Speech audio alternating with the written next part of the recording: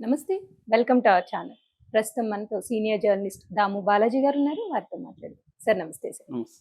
'Pushpa 2' collections గురించి మాట్లాడాల్సొస్తే ముందేమో చాలా హైప్ క్రియేట్ చేశారు సార్. తర్వాత ఇప్పుడు కలెక్షన్స్ పడిపోయాయని నిన్న మళ్ళా న్యూస్ వైరల్ అవుతూ ఉంది. సో నిజంగానే కలెక్షన్స్ పడిపోయాయా?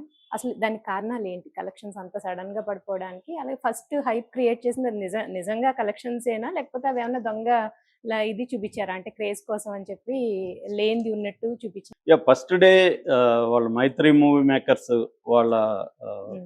హ్యాండిల్‌లో అనౌన్స్ చేసిందేంటంటే టోటల్‌గా all over the world first day కలెక్షన్‌లు 294 కోట్లని అనౌన్స్ హ్మ్. చేశారు. అంటే దాదాపు 300 కోట్లు. ఇది ఆల్ టైమ్ రికార్డ్. అట్లాగే హిందీలో కూడా 72 కోట్లు. 72 కోట్లు కూడా హిందీలో first day all time records అన్నమాట. సో ఇప్పటివరకు ఏ సినిమా కూడా హిందీలో ఫస్ట్ డే 72 క్రోర్స్ కలెక్ట్ చేయలేదు. అట్లాగే నాన్ హాలిడే రిలీజ్‌లో కూడా ఇదే రికార్డు. సో అలాగా 3, 4 రికార్డులని ఫస్ట్ డేనే హిందీలో బ్రేక్ చేసింది. ఆల్ ఓవర్ ద వరల్డ్ కలెక్షన్‌లో కూడా 294 కోట్లనేది ఇప్పటివరకు ఏ సినిమా కూడా కలెక్ట్ చేయలేదు. సో ఇది ఫస్ట్ డే వచ్చిన కలెక్షన్‌లు. అట్లాగే ఫస్ట్ డే దాదాపు కొన్ని థియేటర్లలో 100% ఆక్యుపెన్సీ ఉంది. కొన్ని థియేటర్లలో కొన్ని చోట్ల యావరేజ్‌లో 55-60% ఆక్యుపెన్సీ వచ్చిందనేది కొన్ని వెబ్‌సైట్లు చెప్తున్నాయి. అయితే నిన్న ఫ్రైడేకొచ్చేసరికి కలెక్షన్‌లు తీవ్రంగా డౌన్ అయిపోయినాయి. దాదాపు 90 కోట్లు మాత్రమే అని చెప్తున్నారు.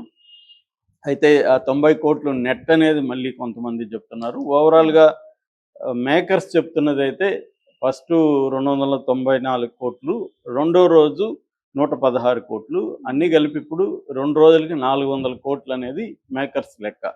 సో ఈ 400 కోట్లు అనేది గ్రాస్ ఫిగర్. సో 2 రోజులకి 400 కోట్లు రావడం అనేది మాటలైతే కాదు, చాలా మంచి కలెక్షనే. కాకపోతే ఫస్ట్ డేకి సెకండ్ డేకి ఎందుకు ఫస్ట్ డే 294 అంటే ఆల్మోస్ట్ 300 కోట్లు ఉంటాయి. ఇది 116 కోట్లకి ఎందుకు పడిపోయింది? ఆక్యుపెన్సీ రేట్లు కూడా యావరేజ్‌లో 30-40% కూడా లేవు. చాలా చోట్ల ఖాళీ థియేటర్లు కూడా దర్శనమిస్తున్నాయని చెప్తున్నారు. ఈవెన్ హిందీ బెట్‌లో కూడా బాగా పడిపోయిందని లెక్కలిస్తున్నారు. సో ఇక్కడ ఎందుకు ఈ స్థాయిలో పడిపోయింది అనేది ఒక ప్రశ్న. రెండో ప్రశ్న, ఫస్ట్ డే కలెక్షన్లు కూడా దొంగ లెక్కలనేది ఒక థియరీ కూడా బయటకొస్తుంది. మామూలుగా ఆ మధ్య కూడా ఒక ప్రొడ్యూసర్ మేము ఫ్యాన్స్‌ని దృష్టిలో పెట్టుకొని కొంత ఎక్కువ చెప్తుంటామని కూడా ఓపెన్‌గానే చెప్పాడు. సో అది వాస్తవమే. మామూలుగా ఆల్ మార్కెటర్స్ ఆర్ లయర్స్ అని సేత్ గోడిన్ అని ఒక రైటర్, ఆయన మార్కెటింగ్‌లో గురువు అనమాట. ఆయన ఒక బుక్ రాశాడు. అదేంటంటే మార్కెటర్స్ అందరూ లయర్సే అని. సో మార్కెటింగ్ అంటేనే అబద్ధాలు చెప్పడం, లేనిది ఉన్నట్టుగా చెప్పడం, లేని క్వాలిటీస్‌ని ఉన్నట్టుగా చెప్పడం, ఉన్న వాటిని బ్లో అప్ చేయడం, ఇవన్నీ జరుగుతాయి. ఇది ఎందుకంటే ఇప్పుడు హీరోల మధ్య ఒక రైవల్రీ చుట్టూ ఇది పెద్ద మార్కెట్ కాబట్టి, ఇప్పుడు ఏంటంటే సినిమాలు ఇంతకుముందు మనకి 100 కోట్లంటే అవునా 100 కోట్ల అనుకునేవాళ్ళు. ఇవాళ 1000 కోట్లకి చాలా సినిమాలు వెళ్ళిపోతున్నాయి. ఇదంతా ఎలాగా సాధ్యమైందంటే, ఒకటి మన దగ్గర నుంచి లాగడమే కదా, ప్రేక్షకుల నుంచి రావాల్సిందే. ప్రేక్షకులు అంటే ఎవరు? వీళ్ళు మనుషులే. వీళ్ళని మ్యానిపులేట్ ఎలా చేయాలి, మార్కెటింగ్ అనే దాని మీద ఆధారపడి బాహుబలితో మనకి మార్కెటింగ్ అనేది వచ్చింది. చివరికి మణిరత్నం లాంటి గొప్ప ఫిల్మ్ మేకర్స్ కూడా నేను రాజమౌళి నుంచి మార్కెటింగ్ నేర్చుకోవాలి, రాజమౌళి నాకు గురువు అన్నట్టుగా ఆయన మాట్లాడారు. సో ఆస్కార్ రావడం వెనక కూడా మార్కెటింగే ఉంది. వరల్డ్ వైడ్ మార్కెటింగ్ మీదనే చాలా సినిమాలు ఆధారపడి ఉంటాయి.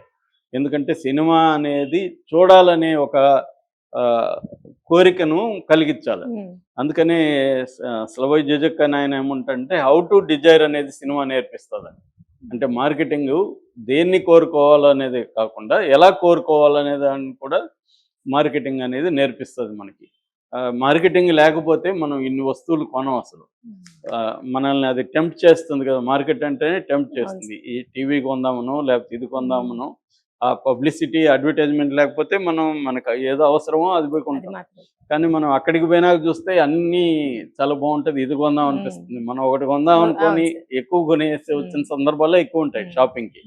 ఎందుకంటే whole idea to seduce the consumers, seduce the people to buy what they don't need. వాళ్ళకి అవసరం లేనిది కొనిపించడమే మార్కెటింగ్ టెక్నిక్. అలాగే సినిమా కూడా ఉంది. పుష్ప అనేది మామూలుగా చూస్తే ఒక యావరేజ్ మూవీ.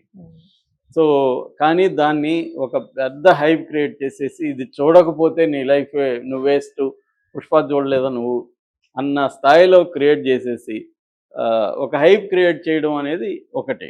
రెండవది పెద్ద ఎత్తున అది ముందే 1000 కోట్లు వచ్చేసిందంట, 1000 కోట్ల వ్యాపారం అయిపోయిందంట. ఇలాగా ఒక చేయడం ద్వారా 1000 కోట్లకి వ్యాపారం అయిందంటే అందులో విషయం లేకుండా ఎందుకు కొంటారు అన్న ఒక దాన్ని క్రియేట్ చేయడం. అలాగా ఈ మార్కెటింగ్ టెక్నిక్ వల్లనే ఇది జరిగి ఉండొచ్చు. రెండోది 294 కోట్లు అనేది వాళ్ళు ప్రకటించారు ప్రొడ్యూసర్లు.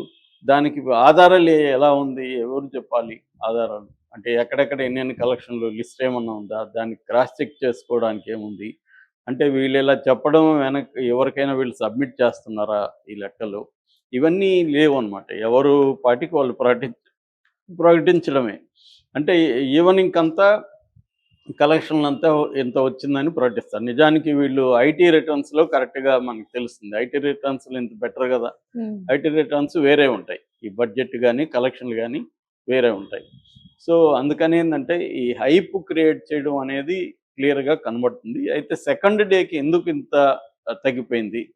సెకండ్ డేకి వీళ్ళు కూడా హైప్ ఒకవేళ దీంట్లో కూడా ఏమన్నా హైప్ ఉంటది. ఎందుకంటే చాలా వెబ్‌సైట్‌లేమో 90 కోట్లు అని రాస్తున్నాయి. వీళ్ళేమో 116 కోట్లు. బట్ పెద్ద తేడా లేదు. 116 కోట్లకి అంటే 26 కోట్లు తేడా ఉంది. కానీ ఇక్కడ ఓవరాల్‌గా నెగటివిటీ విపరీతంగా పెరిగింది ఈ మధ్య కాలంలో. అంటే ఒకటి ఆంధ్రప్రదేశ్‌లో ఇటు మెగా అభిమానులు కావచ్చు, పవన్ కళ్యాణ్ జనసేన కావచ్చు, తెలుగుదేశం వాళ్ళు కావచ్చు, పెద్ద ఎత్తున దీనికి వ్యతిరేకంగా ప్రచారం చేయడం అనేది ఫ్లాప్ అంట కదా, థియేటర్లు ఖాళీ అంట కదా అని ఒక ప్రచారాన్ని వాళ్ళు మొదలుపెట్టారు. ఇది ఎందుకంటే పొలిటికల్ రైవలరీ లాగా అయిపోయింది. వైసీపీ వాళ్ళేమో ఇది పెద్ద హిట్ అని, చివరికి సాక్షి లాంటి టీవీ ఛానల్ కూడా ఏ సినిమాని ప్రమోట్ చేయనంతగా దీన్ని చేస్తున్నారు. అంబటి రాంబాబు లాంటి వాళ్ళు మాట్లాడుతున్నారు. ఈ వైసీపీ వాళ్ళంతా దీన్ని ఓన్ చేసుకోవడం కూడా ఒక రకంగా అల్లు అర్జున్‌కి నష్టమైంది. ఎప్పుడైతే వైసీపీ వాళ్ళు చేసుకోవడం, అట్లాగే లేని డైలాగులను ఉన్నట్టుగా ప్రచారం చేయడం, దీంతో వీళ్ళు రంగంలో దిగి వీళ్ళు పెద్ద ఎత్తున నెగెటివ్ అనేది ప్రచారం స్టార్ట్ చేశారు. అట్లాగే హిందీలో కూడా కొన్ని రివ్యూలు చూస్తే 1.5 కూడా ఇచ్చారు. ఇది హైప్ వల్ల నేను వెళ్ళాను, దీంట్లో ఏమీ లేదని పోస్టులు కూడా పెరిగాయి ఈ మధ్యకాలంలో. ఇలాగా అంటే అల్లు అర్జున్ పుష్ప 2కి పాజిటివ్‌గా వాళ్ళు ఎంత హైప్ క్రియేట్ చేసి ఎంత చేశారో, రిలీజ్ అయినాక నెగెటివ్ కూడా అదే స్థాయిలో దీనివల్ల ఇంపాక్ట్ పడుతుంది. ఇంపాక్ట్ పడినప్పుడు అడ్వాన్స్ బుకింగ్లు తగ్గిపోతాయి. ఫస్ట్ డే అడ్వాన్స్ బుకింగ్లు దాదాపు 100 కోట్లు ఎంతో చేసుకున్నారు. ఆ తర్వాత అడ్వాన్స్ బుకింగ్లు తగ్గిపోతాయి. చాలామంది ఇంకోటి ఏంటంటే మన వాళ్ళు ఫస్ట్ డే తర్వాత సినిమా సస్టైన్ అవ్వాలంటే మౌత్ టాక్ వెరీ ఇంపార్టెంట్. మనం ఎవరికైనా మనం చూడాలనుకునే వాళ్ళు సెకండ్ టైం ఎవరినో ఒకరిని అడుగుతాం పోయిన వాళ్ళని, లేదా ఫేస్బుక్‌లోనో ఇంకో చోట పోస్టులు చూస్తాం. రివ్యూల మీద కూడా ఇవాళ చాలామందికి డౌటే. ఎందుకంటే రివ్యూవర్స్ చాలామంది అమ్ముడుపోతారు, డబ్బులిచ్చి మేనేజ్ చేస్తారు. ఈ మార్కెటింగ్ జనాలకు కూడా అర్థమైపోతుంది. సో, ఆ ట్రాప్‌లో పడేవాళ్ళు కొంతమంది ఉంటే, ట్రాప్‌లో పడకుండా ఎందుకంటే డబ్బులు ఖర్చు పెట్టాలి. ఇదేం నెసెసిటీ కాదు. ఈరోజు సినిమా చూడకపోతే ఏం కొంపలు మునిగిపోవు. రూ. 1000 ఒక ఫ్యామిలీకి 1000, 2000 మిగులుతాయి. సో, ఇవన్నీ ఆలోచించుకొని మనం మళ్ళీ సంక్రాంతి దగ్గరలోనే ఉంది. సంక్రాంతికి ఒక 3 సినిమాలు రిలీజ్ అవుతున్నాయి. సో, దానికెళ్ళాలి. ఇవన్నీ బడ్జెటింగ్ అనేది వెరీ ఇంపార్టెంట్. సో, ఇలాగ అనేక ఫ్యాక్టర్స్ అనేవి దీనికి పనిచేస్తున్నట్టుగా తెలుస్తుంది సెకండ్‌కి. ఈరోజు రేపటికి చూడాలి. సాటర్డే, సండే వీకెండ్స్ కాబట్టి ఇక్కడ గాని ఏమన్నా కలెక్షన్‌లు ఉంటే ఇది 1000 కోట్ల క్లబ్‌లోకి వెళ్ళే అవకాశం ఉంది.